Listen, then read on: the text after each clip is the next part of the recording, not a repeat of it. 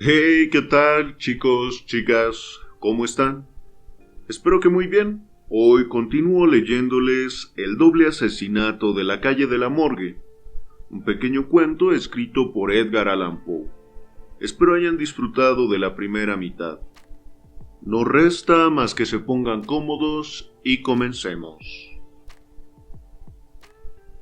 En su edición de la tarde, decía el mismo periódico que reinaba una agitación permanente en el barrio de San Roque, que la casa había sido objeto de un nuevo y minucioso registro y que los testigos habían sido nuevamente interrogados, sin que nada de esto hubiese producido el más insignificante resultado.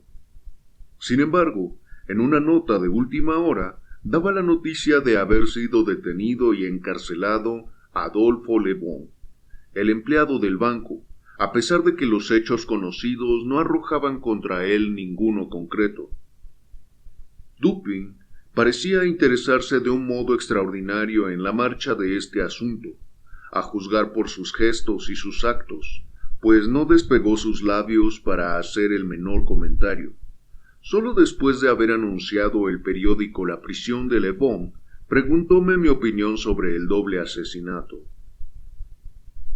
No debemos juzgar de los medios posibles, replicó Dupin. Por esta investigación embrionaria, la policía parisiense, tan alabada por su penetración, es muy astuta, pero no pasa de ahí. Procede en general sin método. Toma una profusión de medidas, mas ocurre con frecuencia que éstas son intempestivas y tan inadecuadas al fin que persigue, que hacen pensar en el señor Jourdain, que pedía su bata de caza para oír mejor la música. Los resultados obtenidos son a veces sorprendentes, pero en la mayor parte de las ocasiones debido sencillamente a su actividad y diligencia. Cuando dichas facultades resultan insuficientes, el plan falla. Vidocq, por ejemplo, servía para adivinar, pero su pensamiento no estaba suficientemente educado. Marchaba siempre por un camino falso, debido al ardor que ponía en sus investigaciones. Perdía fuerza su vista al contemplar los objetos demasiado de cerca.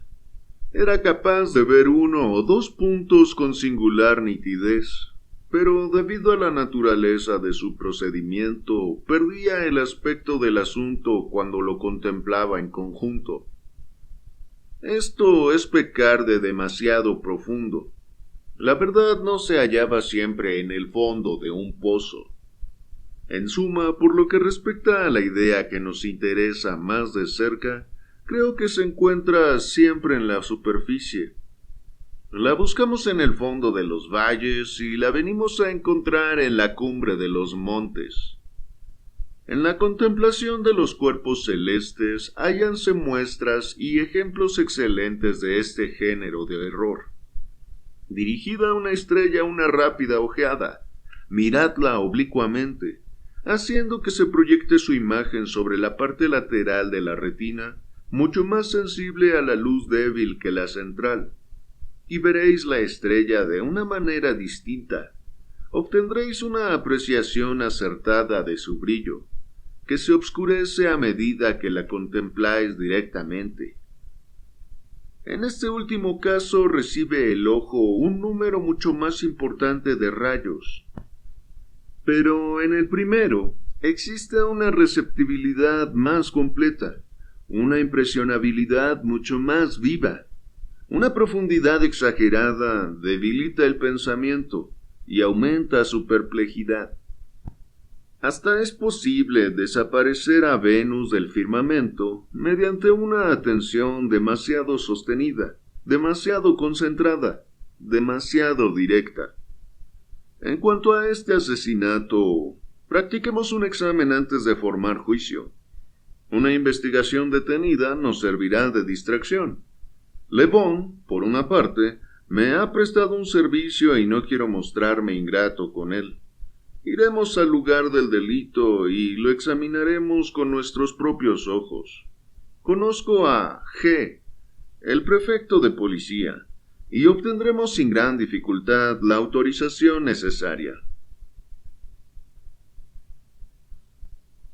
Se nos otorgó el permiso y nos dirigimos enseguida a la calle de la Morgue. Es esta una de las más miserables callejuelas que unen la calle de Richelieu y la de San Roque. Llegamos a ella ya bien entrada la tarde, pues era grande la distancia que la separaba de nuestro domicilio. No tardamos en dar con la casa porque había estacionada ante ella una multitud de gentes que contemplaban embobadas sus cerradas ventanas.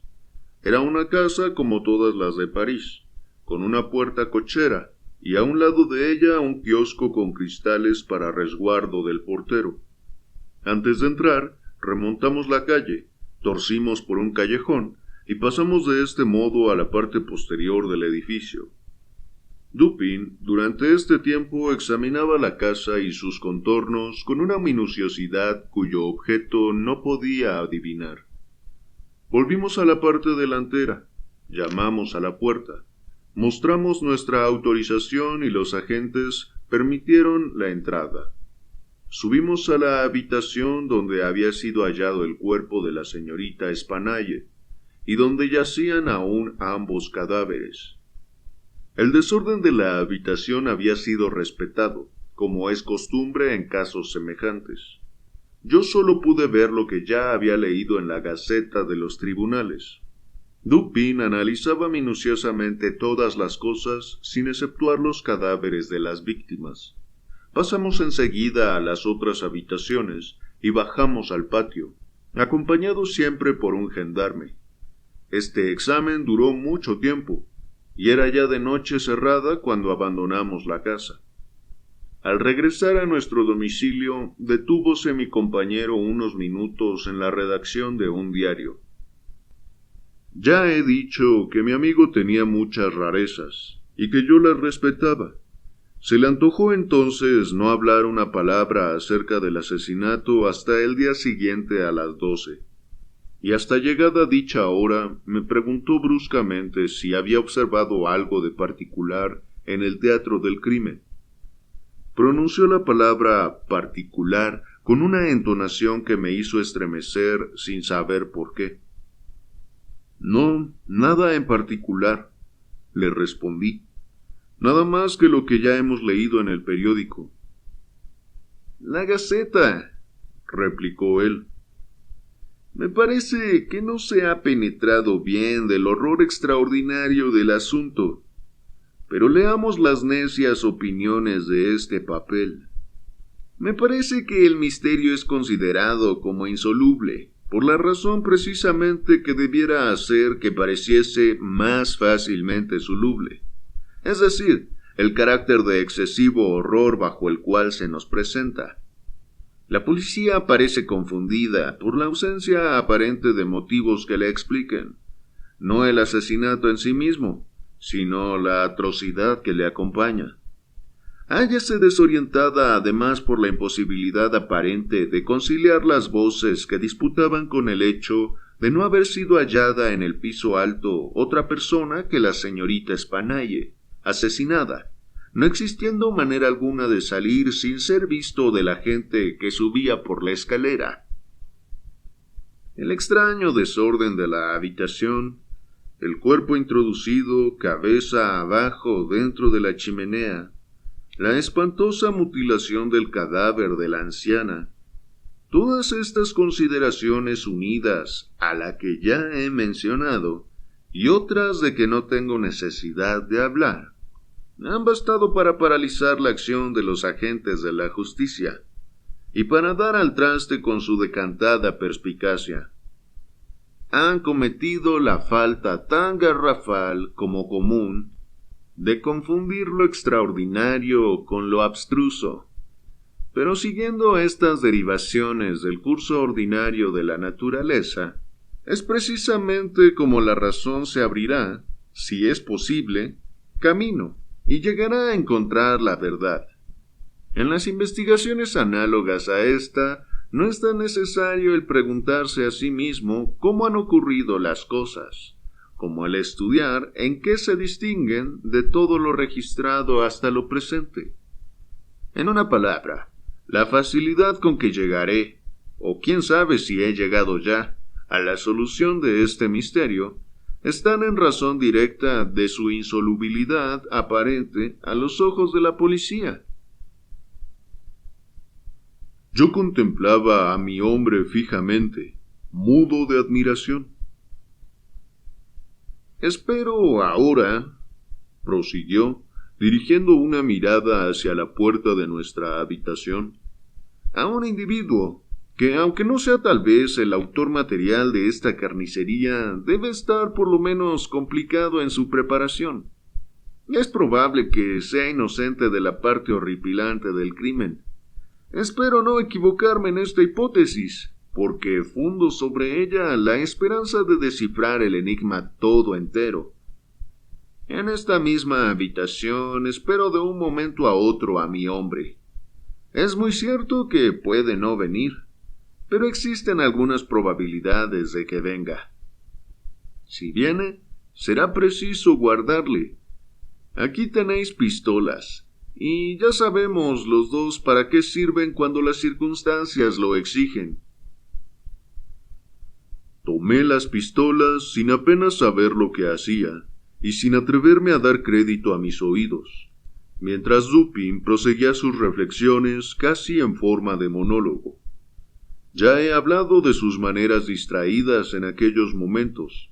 Su discurso iba dirigido a mí, pero su voz, aunque en un diapasón más elevado que de costumbre, tenía esa entonación que generalmente adoptamos cuando nos dirigimos a una persona situada a gran distancia. Sus ojos se hallaban fijos en la pared, con una expresión vaga. Las voces que disputaban, siguió diciendo, las voces oídas por los que subían la escalera no eran las de aquellas desdichadas mujeres. Esto está fuera de duda. Esto excluye la suposición, por lo tanto, de que la anciana hubiese asesinado a su hija, suicidándose después. Solo menciono este caso por rendir tributo al método, porque las fuerzas de la señora Spanalle habrían sido totalmente insuficientes para introducir en la chimenea el cadáver de su hija, tal como se le encontró, y la naturaleza de las heridas halladas sobre su misma persona excluyen en absoluto la idea de un suicidio. Los asesinatos han sido, pues, perpetrados por terceras personas, quienes sostuvieron después un altercado violento.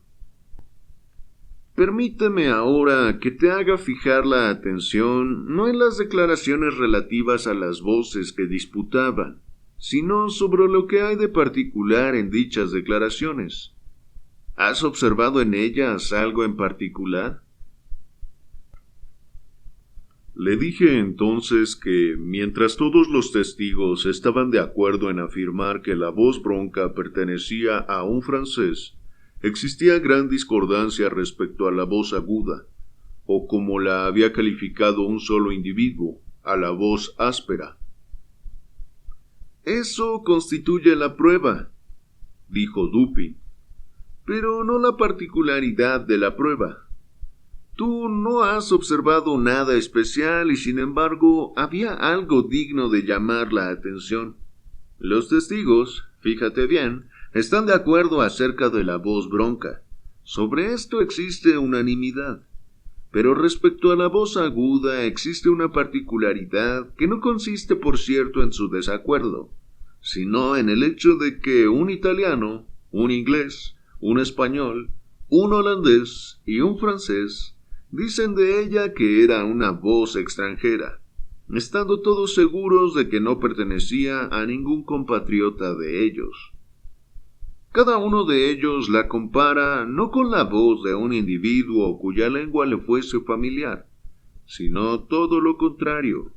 Así pues, era esta voz tan insólita y extraña que no coincidía con la de ninguno de aquellos individuos que representaban los idiomas más extendidos en Europa.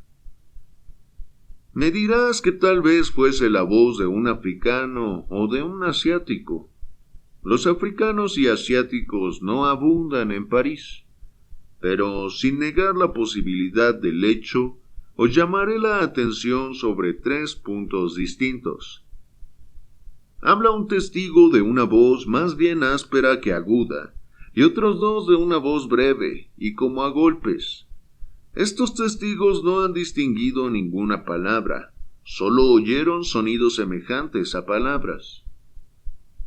No sé, prosiguió Dupin, qué impresión ha podido causar sobre tu entendimiento, pero no titubeo en creer que se pueden sacar deducciones legítimas de las partes de las declaraciones relativas a las 2 voces, suficientes por sí mismas para concebir una sospecha que nos señalará el camino a seguir en las investigaciones posteriores. He dicho deducciones legítimas, pero esta expresión no refleja mi pensamiento fielmente. Quería dar a entender que estas deducciones son las únicas convenientes, y que esta sospecha surge inevitablemente como el solo resultado posible. Sin embargo, no podré decirte de momento cuál sea la naturaleza de esta sospecha. Deseo solo demostrarte que esta sospecha era más que suficiente para dar un carácter decidido, una tendencia positiva a las investigaciones que quise realizar en la habitación. Y ahora trasladémonos con la imaginación a dicho cuarto. ¿Cuál será el primer objeto de nuestras pesquisas? Los medios de evasión empleados por los asesinos. Podemos afirmar que los 2, desde luego, no creemos en los medios sobrenaturales, ¿no es cierto? Las señoras Espanaye no han sido, por lo tanto, asesinadas por los espíritus. Los autores del crimen eran seres materiales y huyeron materialmente. ¿Cómo? Felizmente no hay más que una manera de razonar sobre este punto, y esta manera nos conducirá a una conclusión positiva. Examinemos, pues, uno por uno los medios naturales de evasión. Es claro que los asesinos se encontraban en la habitación donde fue hallada la señorita Espanaye, o por lo menos en la habitación contigua, cuando la gente subió la escalera. Examinamos las salidas posibles de estas 2 habitaciones. La policía ha levantado los suelos de madera, abierto los cielos rasos, sondeado las paredes. Ninguna salida secreta ha podido escapar por consiguiente a sus investigaciones, pero yo no me he fiado de sus ojos y he examinado con los míos. Y no existe en realidad ninguna salida secreta. Las 2 puertas que conducen al corredor estaban sólidamente cerradas, y las llaves puestas por dentro. Veamos las chimeneas. Estas, que son de un calibre ordinario hasta una distancia de 8 o 10 pies sobre el hogar, no dejarían pasar un gato grueso a partir de este punto. Comprobaba la imposibilidad de la salida por las vías examinadas. Al menos quedan solo las ventanas. Nadie ha podido escapar por las de la habitación de delante, sin ser visto por la muchedumbre que había en la calle. Ha sido, pues, preciso que los asesinos se escapasen por las de la habitación de detrás. Ahora bien, después de llegar a esta conclusión por deducciones tan irrefutables, no tenemos derecho a rechazarla por razón de su imposibilidad aparente. Réstanos solo demostrar que esta imposibilidad aparente no existe en realidad. Hay 2 ventanas en el cuarto. Una de ellas no se halla obstruida por los muebles, y queda por completo visible. La parte inferior de la otra está oculta por el respaldo de la cama, que es macizo, y se halla adosado contra ella. Se ha comprobado que la primera estaba sólidamente sujeta por dentro, habiendo resistido a los más violentos esfuerzos practicados para alzarla. Había sido practicado con un berbiquí, un orificio en la parte izquierda del marco, e introducido en él hasta cerca de su cabeza un clavo grande. Al examinar la otra ventana encontróse otro clavo semejante, y los esfuerzos realizados para levantar la corredura también resultaron inútiles. La policía adquirió el convencimiento de que por esta vía nadie había podido fugarse, juzgando por lo tanto superfluo el sacar los clavos y abrir las ventanas. Mi examen fue un poco más minucioso, por la razón que acabo de darte. Era preciso demostrar que la imposibilidad era sólo aparente, y seguir razonando de esta suerte a posteriori. Habiéndose evadido los asesinos por una de estas ventanas, no era posible que hubieran podido sujetar después el marco por dentro, consideración que por su exactitud ha detenido las sospechas de la policía en este sentido. Los marcos, sin embargo, estaban bien cerrados. Es necesario, por lo tanto, que puedan cerrarse automáticamente. Fui derecho a la ventana libre.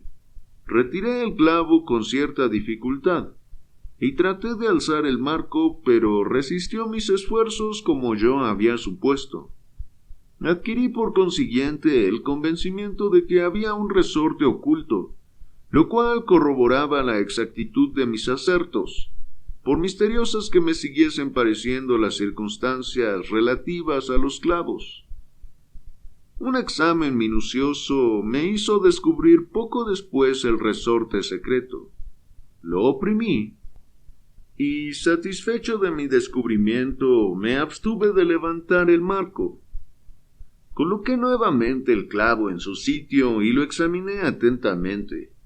Una persona al pasar por la ventana podía haberla cerrado de nuevo, y el resorte habría cumplido su misión. Pero el clavo no era posible que hubiese sido colocado en su lugar. Esta conclusión era irrefutable y reducía más aún el campo de mis investigaciones. Era preciso que los asesinos se hubiesen escapado por la otra ventana. Suponiendo, pues, que los resortes de los dos marcos fuesen iguales, como era lo probable. Era preciso, sin embargo, que hubiese alguna diferencia en los clavos, o en el modo por lo menos como se hallaban fijados. Me subí sobre la cama y examiné minuciosamente la otra ventana por encima de la cabecera de aquella. Pasando la mano por detrás, descubrí fácilmente el resorte, y lo hice funcionar. Era como me había figurado, idéntico al primero. Entonces reconocí el clavo. Tenía el mismo grosor que el otro y estaba también introducido hasta cerca de su cabeza. Pensarás que me quedaría perplejo, pero si así lo crees, es que no has adivinado la naturaleza de mis inducciones. No había cometido una sola falta ni perdido la pista un solo instante, ni faltaba a mi cadena ningún eslabón. Había seguido el secreto hasta su última fase, que era el clavo. Repito que era semejante en un todo al de la otra ventana, pero este hecho, por concluyente que fuese, quedaba anulado ante la consideración de que en el clavo terminaba el hilo conductor. Es preciso, pensé, que este clavo tenga algún defecto. Lo toqué, y la cabeza, en unión de una porción de su parte recta, como de 1/4 de pulgada de longitud, se me quedó entre los dedos, y el resto permaneció en el agujero, dentro del cual se había roto. Esta fractura databa de mucho tiempo atrás, porque las superficies de las secciones estaban llenas de herrumbre, y había sido practicada a martillazos que habían hundido la cabeza del clavo en el fondo del marco. Ajusté perfectamente la cabeza con el trozo que le seguía y quedó formando un clavo, al parecer perfecto, pues la línea de unión apenas se distinguía. Apreté el resorte, levanté con cuidado el marco algunas pulgadas y observé que la cabeza del clavo subió con él sin escaparse de su agujero. Volví a cerrar, y el clavo adquirió de nuevo el aspecto de un clavo entero. El enigma estaba aclarado en parte.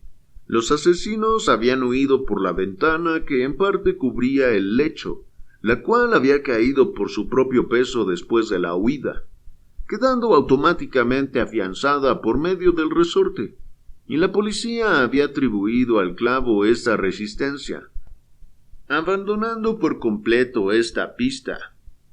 Quedaba por averiguar de qué medios se valieron para descender, y este problema ya lo había yo resuelto en nuestro paseo alrededor del edificio. A unos 5 pies y medio de la ventana en cuestión pasaba la cadena de un pararrayos.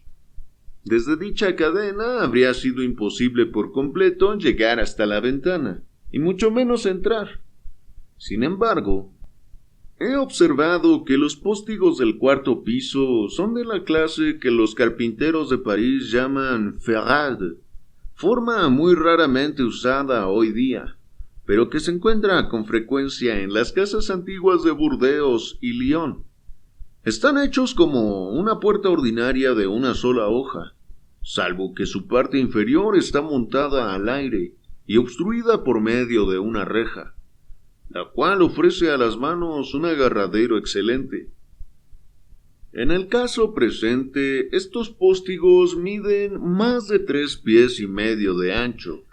Cuando los examinamos desde atrás de la casa, estaban ambos abiertos a medias, es decir, que formaban un ángulo recto con el muro. Es de presumir que la policía habría examinado como yo la parte posterior de la casa, pero al contemplar estas ferrades de canto, no se ha hecho cargo, sin duda por su verdadero ancho, y no les ha concedido por tanto la importancia que en realidad tienen. En una palabra, cuando se convencieron de que la fuga no había podido efectuarse por este lado, no se detuvieron a hacer un examen minucioso.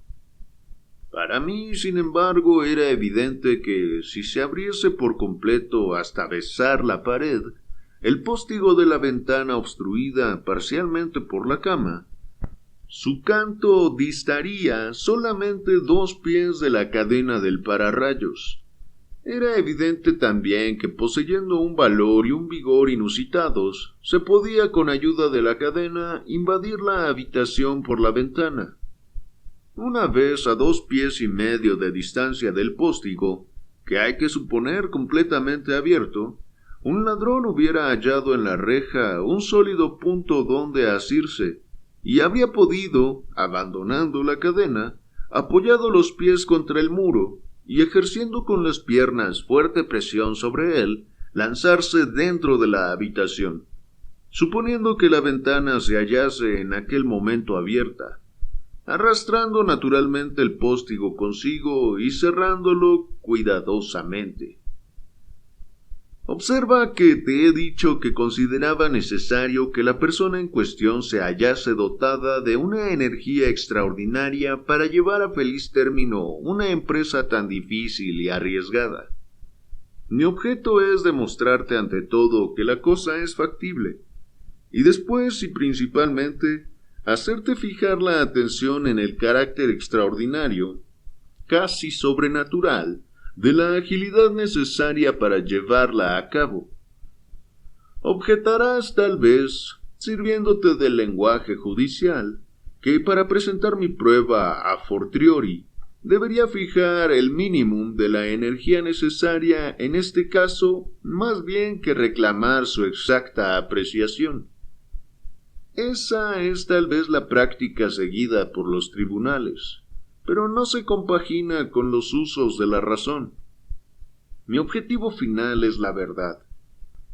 Mi propósito actual es inducirte a reconciliar esta energía inusitada con aquella voz tan especial, aguda o áspera, aquella voz a sacudidas, sobre cuya nacionalidad no han podido ponerse de acuerdo 2 testigos, y de la cual nadie ha podido coger sílabas articuladas. Al escuchar estas palabras, sintió mi espíritu una concepción vaga y embrionaria del pensamiento de Dupin. Me pareció que me hallaba en el beril de la comprensión sin poder acabar de comprender, como la persona que está a punto de recordar una cosa sin lograr recordarla de una vez. Mi amigo prosiguió argumentando. Ves que he trasladado la cuestión de la salida a la entrada. Me proponía demostrarte que se habían realizado de una manera semejante y por el mismo punto. Volvamos ahora al interior del cuarto y examinemos todos sus detalles. Los cajones de la cómoda se dice que han sido saqueados, y sin embargo han sido encontrados en ellos varios objetos intactos. Esta conclusión es absurda. Es una simple conjetura algo necia y nada más. ¿Quién nos dice que los objetos hallados en el cajón no son la totalidad de lo que en ellos había? La señora Spanalle y su hija hacían una vida excesivamente retirada. No veían a nadie, salían raras veces y tenían por lo tanto muy pocas ocasiones de cambiar de traje. Lo más probable es que esas señoras no poseyesen prendas de calidad superior a las halladas en la cómoda. Y si algún ladrón hubiese querido arrebatárselas, ¿cómo no se habría de llevar las mejores? ¿Por qué no llevárselas todas? En una palabra, ¿por qué abandonar los 4,000 francos para llevarse un puñado de ropa? La casi totalidad de la suma señalada por el banquero Mignot ha sido hallada en los sacos, en el suelo. Quiero alejar de vuestra mente la idea absurda del interés, idea engendrada en el cerebro de la policía por las declaraciones que hablan de dinero entregado a la puerta misma de la casa. Coincidencias 10 veces más notables que esta se presentan a cada instante, sin que nuestra atención se fije en ellas.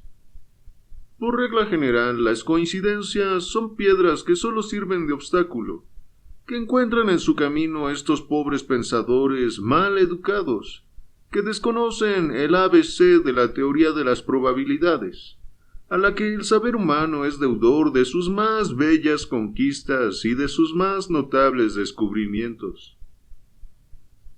En el presente caso, si hubiera desaparecido el oro, el hecho de haber sido adquirido 3 días antes supondría algo más que una coincidencia, viniendo a corroborar la idea del interés. Pero en las circunstancias reales en que nos encontramos, si suponemos que el oro ha sido el móvil del crimen, es preciso que hagamos al criminal bastante indeciso e idiota para olvidar a la vez el oro y el móvil que le impulsó. Fija bien tu mente en los puntos sobre los cuales te he llamado la atención.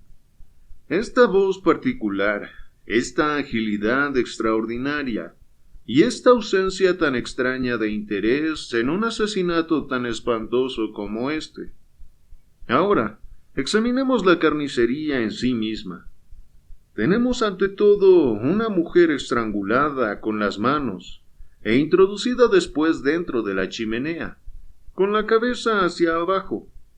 Los asesinos comunes no emplean para matar tales procedimientos, y mucho menos se paran a ocultar de esta suerte los cadáveres de sus víctimas. En el hecho de introducir el cadáver en la chimenea, convendrás en que hay algo de extraordinario, algo que no se concilia con nuestros conocimientos generales de los actos humanos, aun cuando supongamos que los autores fuesen los seres más perversos del mundo. Piensa también en las fuerzas prodigiosas que han sido necesarias para colocar el cadáver dentro de la chimenea, forzándole en forma tal que ha sido necesario el esfuerzo de varios hombres para poder extraerlo.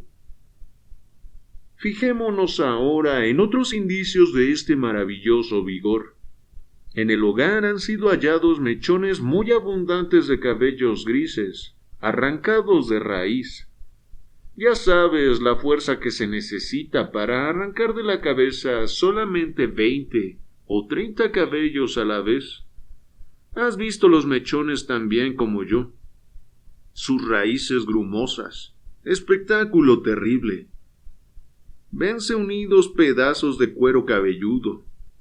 Prueba evidente del esfuerzo prodigioso que ha sido necesario realizar para arrancar de raíz tal vez 500 o 1000 cabellos de un tirón. No solamente había sido rebanado el cuello de la anciana, sino que la cabeza aparecía completamente separada del cuerpo, y el instrumento para ello ha sido una simple navaja de afeitar. Fíjate en esta ferocidad bestial. No hablo de las contusiones observadas en el cuerpo de la señora Spanaye. El señor Dumas y su honorable colega, el señor Etienne, han afirmado que habían sido producidas por un instrumento contundente, y creo que han estado en lo cierto. El instrumento contundente ha sido el pavimento del patio, sobre el cual ha caído la víctima desde la ventana de junto a la cama. Esta idea, por sencilla que parezca ahora, ha pasado inadvertida para la policía, por la misma razón que no se ha fijado tampoco en la anchura de los póstigos, porque debido a las circunstancias de los clavos, jamás se les ha ocurrido pensar que las ventanas hubiesen sido abiertas. Si ahora te fijas además en el desorden reinante en la habitación, sabremos ya lo bastante para combinar las ideas de una maravillosa agilidad, de una ferocidad propia de bestia, de un ensañamiento inmotivado, de una ferocidad incompatible con los instintos humanos, y de una voz cuyos acentos no conocen los oídos de hombres pertenecientes a las principales nacionalidades de la tierra, de una voz inarticulada e ininteligible. ¿Qué deduces de todo esto? ¿Qué impresión han causado en tu mente mis razonamientos inflexibles? Sentí recorrer en mi cuerpo un terrible escalofrío al dirigirme Dupin esta pregunta. Un loco, le dije, habrá cometido este crimen. Algún furioso maniático o escapado de algún manicomio próximo. No vas descaminado, replicó. Tu idea es casi exacta, pero la voz de los locos, ni aun en sus más feroces paroxismos, presenta los caracteres singulares de la voz oída en la escalera. Los locos pertenecen a alguna nación determinada, y su lenguaje, por incoherente que sea, es siempre articulado. Además, el cabello de un loco en nada se parece al que tengo aquí, en mi mano. He arrancado este pequeño mechón de entre los crispados dedos de la señora Spanaye. Dime tu opinión. Dupin, exclamé desconcertado, esos no son cabellos humanos. No he afirmado que fuesen tales, replicó. Pero antes de decidir sobre este punto, te ruego que dirijas una ojeada al dibujo que he trazado en este trozo de papel. Es un facsímil que representa lo que llaman algunos en sus declaraciones magulladuras amoratadas y profundas señales de uñas, encontradas en el cuello de la señorita Spanaye, y que los señores Dumas y Etienne describen como una serie de manchas lívidas, evidentemente causadas por la impresión de los dedos. ¿Ves?, prosiguió mi amigo, desplegando el papel sobre la mesa, que este dibujo da la idea de un puño vigoroso y fornido. No hay señal de que los dedos hayan resbalado. Cada uno de ellos ha permanecido tal vez hasta la muerte de la víctima, en el mismo lugar donde se posó de primera intención, donde ha dejado bien impresa su huella. Trata ahora de colocar todos tus dedos al mismo tiempo sobre las distintas señales que en él ves. Lo intenté, pero en vano. Es posible, observó Dupin, que la experiencia que hacemos no sea decisiva. Este papel está extendido sobre una superficie plana. y el cuello humano es cilíndrico. He aquí un cilindro de madera cuyo diámetro es aproximadamente igual al de una garganta. Adósale el papel alrededor y repitamos la experiencia. Obedecí, mas la dificultad fue ahora más palpable que la primera vez. Esto no puede ser la huella de la mano de un hombre, le dije. Ahora, dijo Dupin, lee este pasaje de Cuvier. Era la historia minuciosa, anatómica y descriptiva del gran orangután de color leonado de las islas de las Indias Orientales. Todo el mundo conoce la gigantesca estatura, la fuerza y la agilidad prodigiosas, la salvaje ferocidad y el instinto imitativo de este mamífero. De un solo golpe me hice cargo de todo el horror de aquel asesinato. La descripción de los dedos de este animal, dije cuando hube terminado la lectura, coincide perfectamente con lo que vemos en el dibujo. Comprendo que ningún otro ser, a excepción de un orangután de esta especie, hubiera podido dejar las huellas que has dibujado. Ese mechón de pelos de color leonado es de un carácter idéntico al del animal de Cuvier, pero no acierto a explicarme los detalles de este espantoso misterio. Por lo pronto, se sintieron dos voces disputando, y una de ellas era, sin género alguno de duda, la voz de un francés. «Es muy cierto, y recordaréis una expresión atribuida casi unánimemente a esta voz, la exclamación «Dios mío». Montaigne afirma que fue pronunciada en tono de reproche y amonestación, y en estas dos palabras he fundado la esperanza de descifrar el enigma por completo. Un francés ha tenido conocimiento del crimen. Es posible y aún probable que sea inocente de toda participación en este sangriento suceso. El orangután ha debido escapársele. Es posible que le haya seguido los pasos hasta la habitación, pero que en las críticas circunstancias subsiguientes no haya podido apoderarse de él. El animal está aún libre, y no proseguiré estas conjeturas. No tengo el derecho de dar otro nombre a estas ideas, puesto que las sombras de reflexiones que le sirven de base son de una profundidad apenas suficiente para ser apreciadas por mi propia razón, y no puedo pretender que lo sean por otra inteligencia. Les daremos, pues, el nombre de conjeturas y por tales las tendremos. Si el francés en cuestión es, como yo supongo, inocente de esta atrocidad, el anuncio que he mandado insertar ayer noche, cuando regresábamos a casa, en el diario de El Mundo, periódico consagrado a los intereses marítimos, y leído por todos los marinos, le hará venir aquí. Me alargó el periódico y leí. Aviso. En las primeras horas de la mañana del... del corriente ha sido hallado en el bosque de Boloña un enorme orangután de color leonado, perteneciente a la especie de la isla de Borneo. Su dueño, que se sabe es un marino perteneciente a la dotación de un buque maltés, será puesto en posesión del animal si las señas que de él diere coincidiesen con las del mamífero en cuestión, y previo el pago de los gastos ocasionados a la persona que lo encontró y conserva en su poder. Darán razón en la calle número Faubourg Saint-Germain, piso 3. Pero, ¿cómo has averiguado que su dueño es un marino y que pertenece a la dotación de un buque maltés? Le pregunté. No lo sé, no estoy seguro, me respondió.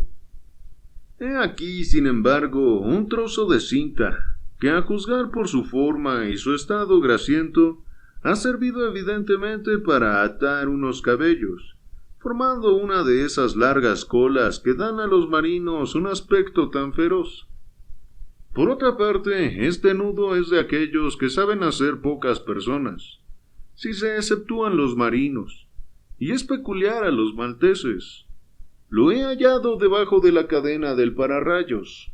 Es imposible que haya pertenecido a ninguna de las dos víctimas.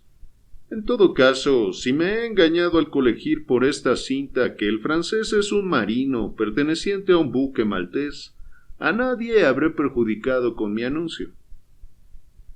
Si estoy equivocado, pensará sencillamente que he sido engañado por alguna circunstancia que no se tomará la molestia de averiguar. Pero si estoy en lo cierto, habremos adelantado un gran paso.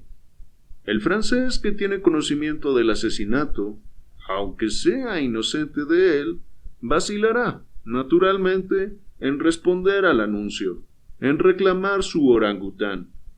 Razonará de este modo: soy inocente, soy pobre.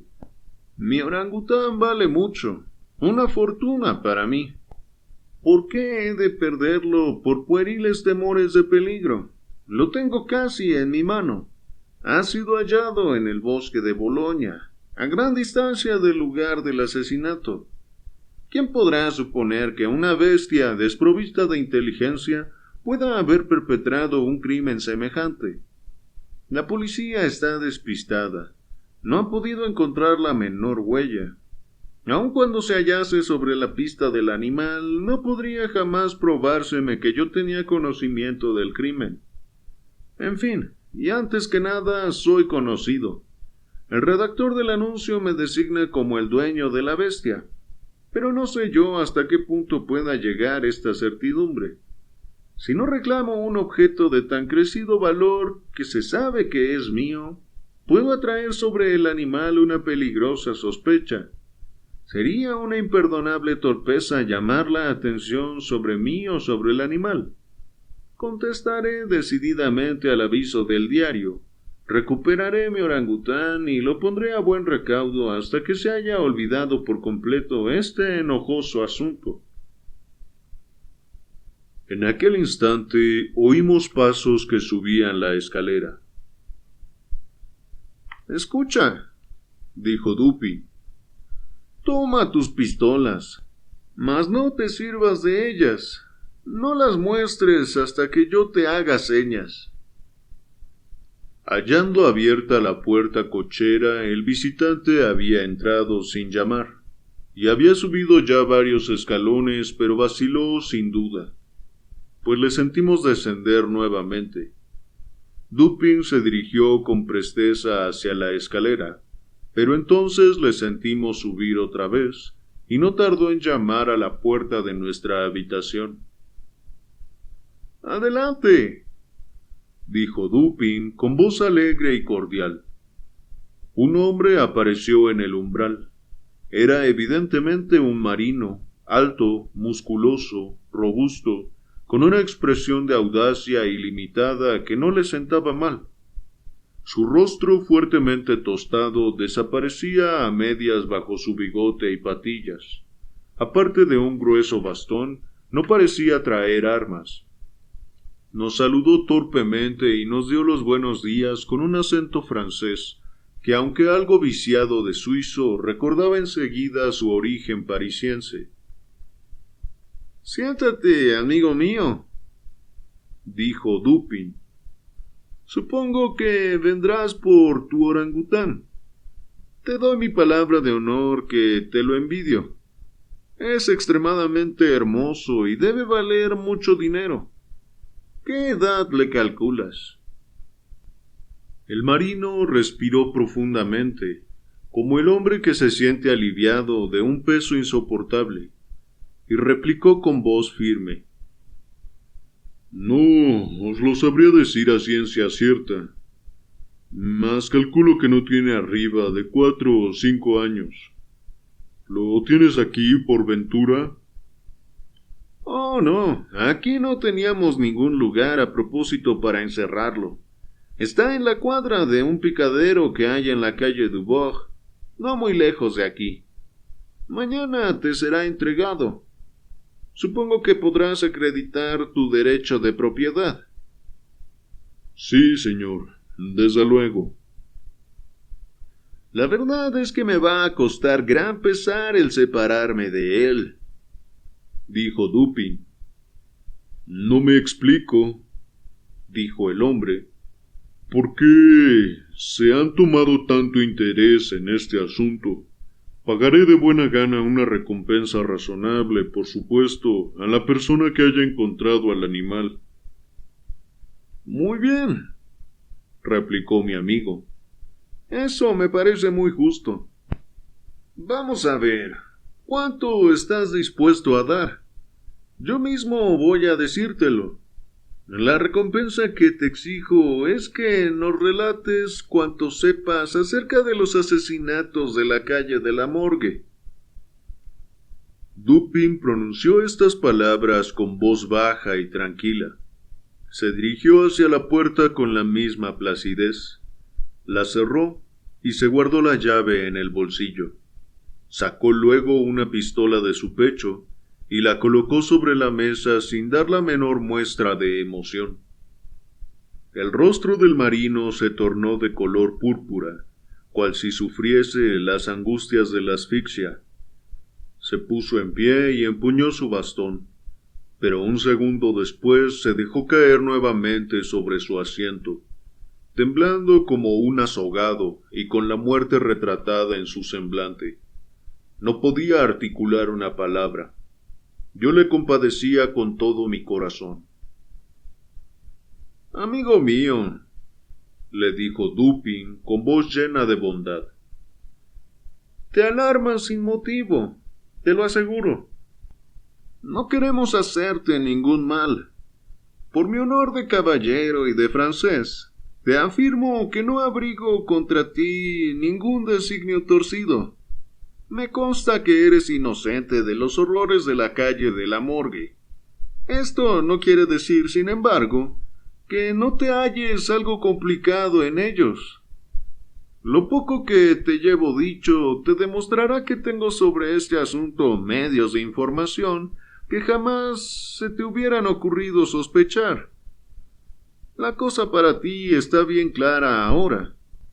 No has hecho nada que hayas podido evitar, nada que te haga culpable. Hubieras podido robar impunemente, y ni siquiera te has hecho reo del delito de robo. Nada tienes que ocultar. Por otra parte, los más elementales principios del honor te ordenan confesar todo cuanto sepas. Un hombre inocente se halla en estos instantes encarcelado, acusado de un crimen cuyo autor solo tú puedes indicar. Mientras pronunciaba Dupin estas palabras, el marino había recobrado su presencia de espíritu, pero toda su primitiva osadía había desaparecido. «Que Dios venga en mi ayuda», exclamó tras una breve pausa. «Les diré cuanto sé sobre este asunto, pero no puedo esperar que den crédito a mis palabras. Sería necio esperarlo. Sin embargo, soy inocente, y les juro que les diré la verdad neta, aun cuando me costase la vida». He aquí, en substancia, lo que refirió el marino. Acababa de hacer recientemente un viaje al archipiélago indio. Un grupo de marineros, del cual formaba parte, desembarcó en Borneo y se internó en la isla para hacer una excursión de recreo. Él y otro de sus camaradas habían cazado el orangután. Muerto su compañero, el orangután pasó a ser de su exclusiva propiedad. Después de numerosos contratiempos debidos a la indomable ferocidad del cautivo durante la travesía, logró por fin alojarle en su propio domicilio en París, y con objeto de no atraer sobre sí la insoportable curiosidad de los vecinos, había tenido cuidadosamente encerrado al animal hasta que le hubo curado de una herida que se hizo a bordo en un pie. Su plan era venderlo. Al regresar de una pequeña juerga de marinos la mañana del crimen, encontró al orangután instalado en su habitación, por haberse escapado del gabinete contiguo donde lo creía sólidamente encerrado. Sentado delante de un espejo con una navaja de afeitar en la mano y la cara cubierta de espuma de jabón, se disponía a afeitarse, operación que sin duda había visto practicar a su amo espiándole por el agujero de la llave. Aterrado al ver un arma tan peligrosa en manos de un animal tan feroz y que sabía servirse perfectamente de ella, vaciló un instante el marino sin saber qué partido tomar. Generalmente había logrado dominar al animal a latigazos, hasta en sus accesos de cólera furiosa, y trató de recurrir también entonces al mismo procedimiento, pero al ver el látigo saltó el orangután a través de la puerta de la habitación. Bajó a brincos la escalera y, habiendo hallado abierta una ventana, se arrojó por ella a la calle. Desesperado, el francés salió en persecución del simio, el cual, sin soltar la navaja de la mano, se detenía de cuando en cuando, se volvía para hacerle morisquetas, y cuando ya el marino estaba próximo a él, emprendía de nuevo la fuga. Esta caza duró no poco rato. Podrían ser las 3 de la mañana y las calles estaban desiertas. Al atravesar un pasaje que hay detrás de la calle de la Morgue, llamó la atención de la bestia una luz que partía de la ventana abierta de la habitación del cuarto piso de la casa de la señora Espanaye. Corrió hacia la pared, descubrió la cadena del pararrayos, trepó por ella con inconcebible agilidad, se agarró al póstigo que estaba completamente rebatido contra el muro y se apoyó en él, saltó sobre la cama que ya conoce el lector. Toda esta operación no duró más que 1 minuto. El póstigo había sido rechazado nuevamente contra el muro por el esfuerzo practicado por el orangután al saltar dentro de la habitación. El marino estaba a la vez satisfecho e inquieto. Abrigaba la esperanza de recuperar el animal, que difícilmente podía escapar de la trampa en que se había metido, y cuya puerta era bien fácil cerrarle. Por otra parte, le inquietaba lo que pudiese hacer dentro de la casa. Esta última reflexión le impulsó a lanzarse detrás del fugitivo. Para un marino es la cosa más sencilla trepar por la cadena de un pararrayos, pero cuando llegó a la altura de la ventana, situada a su izquierda, a considerable distancia, halló el camino cortado, y tuvo que contentarse con ver lo que pasaba dentro de la habitación. Apenas hubo mirado, estuvo a punto de caer a causa del horror que le sobrecogió. En aquel preciso momento resonaban los gritos lastimeros que en el silencio de la noche despertaron sobresaltados a los vecinos de la calle de la Morgue. La señora Espanaye y su hija, con sus trajes de noche, se entretenían sin duda en ordenar ciertos papeles en la caja de hierro de que ya se ha hecho mención, y que apareció tirada en medio de la habitación, abierta y con todo su contenido esparcido por el suelo. Las víctimas estaban sin duda de espaldas a la ventana, y a juzgar por el tiempo que transcurrió entre la entrada de la bestia y los gritos de las mujeres, es posible que no advirtieran su presencia en los primeros momentos.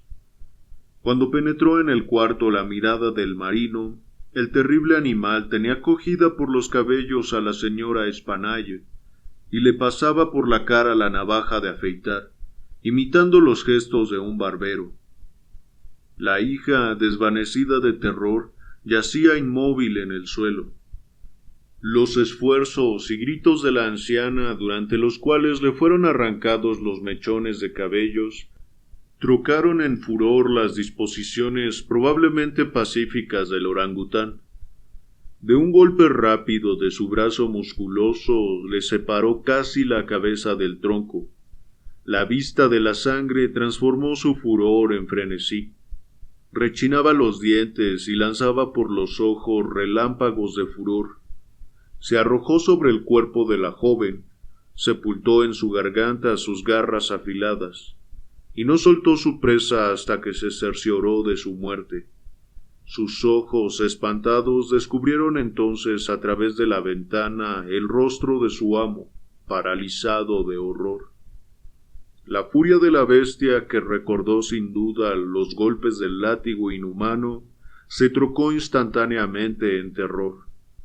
Temeroso del castigo a que se había hecho acreedor, pareció querer ocultar las huellas de su crimen, saltando por el cuarto en un acceso de agitación nerviosa, derribando y rompiendo los muebles en sus desordenados movimientos y arrancando del lecho los colchones. Se apoderó por último del cadáver de la joven y lo introdujo por la chimenea, dejándolo en la posición en que fue hallado, y tomando después el de la anciana, lo arrojó al patio de cabeza por el hueco de la ventana. Horrorizado, el marino descendió por la misma cadena y huyó precipitadamente sin detenerse hasta su casa, temiendo las consecuencias de aquella espantosa carnicería, y sin preocuparse en su terror de la suerte del orangután.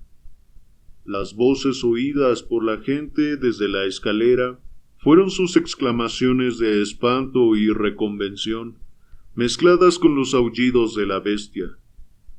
Nada casi me resta por añadir. El orangután debió escaparse de la habitación por la cadena del pararrayos antes de que fuese forzada la puerta, cerrándose tras sí la ventana de una manera automática. Más tarde fue atrapado por el propietario en persona, que lo vendió en muy buen precio al jardín de plantas. Tan pronto como referimos las circunstancias, todas del doble asesinato, avaloradas por algunos comentarios de Dupin en el despacho mismo del prefecto de policía, Le Bon fue puesto en libertad. Este funcionario, por bien inclinado que estuviese a favor de mi amigo, no podía disimular su mal humor al ver el giro que tomaba el proceso, y se permitió dirigirle 2 o 3 bromas pesadas a propósito de las personas que se metían en donde no les llamaban. «Dejadle hablar», dijo Dupin, que no consideró prudente replicarle. «Deja que se desahogue. Eso aliviará su conciencia. Yo me contento con haberle derrotado en su propio terreno. Sin embargo, no es extraño que no haya sabido esclarecer este misterio, porque nuestro amigo el prefecto es demasiado astuto para poder ser profundo. Su ciencia carece de base. Es todo cabeza, sin cuerpo, como los retratos de la diosa Laverna, o si lo prefieres, todo cabeza y hombros, como un bacalao. Pero a pesar de todo, es una excelente persona. Me agrada sobre todo por la especie maravillosa de su canto, al cual debe su reputación de genio. Me refiero a su manía de negar lo que es y de explicar lo que no es. Fin. Bueno, chicos, chicas, hasta aquí la lectura del día de hoy. ¿Qué les pareció? Esta historia, sin duda alguna, fue algo que al menos yo no me esperaba. Es un caso que tuvo una resolución muy distinta a la que pudo haberse esperado. ¿Ustedes se imaginaban que era un orangután el autor de este crimen? Aspectos como la manera en que el cuerpo de la chica estaba en la chimenea, las magulladuras y la crueldad que quedaron reflejadas en la imagen final de los asesinatos, sí hacían pensar quizás en alguien totalmente desalmado. Hacer algo así, teniendo la conciencia de ello, solo pudiera haber sido obra de un monstruo, de alguien con una mente muy enferma, o alguien al que le costara demasiado controlar sus impulsos.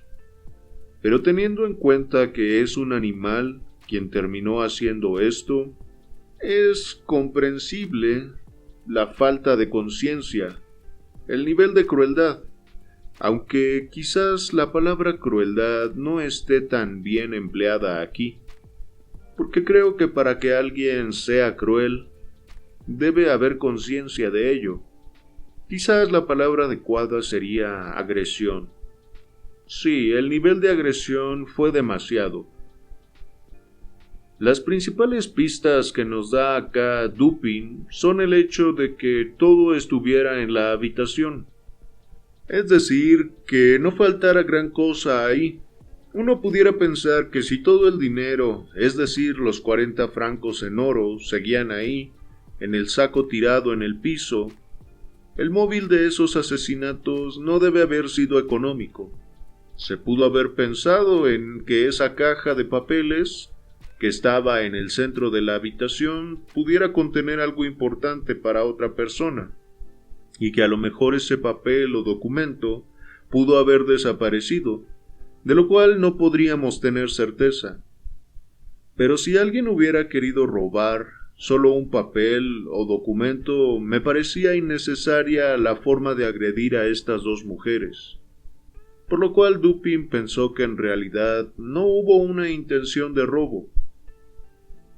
Y quizás la otra pista principal fueron los mechones de cabello, que no pertenecían en primera a un ser humano, y en segunda que arrancar tantos mechones de cabello de humano sería algo muy difícil y requeriría una fuerza extravagante.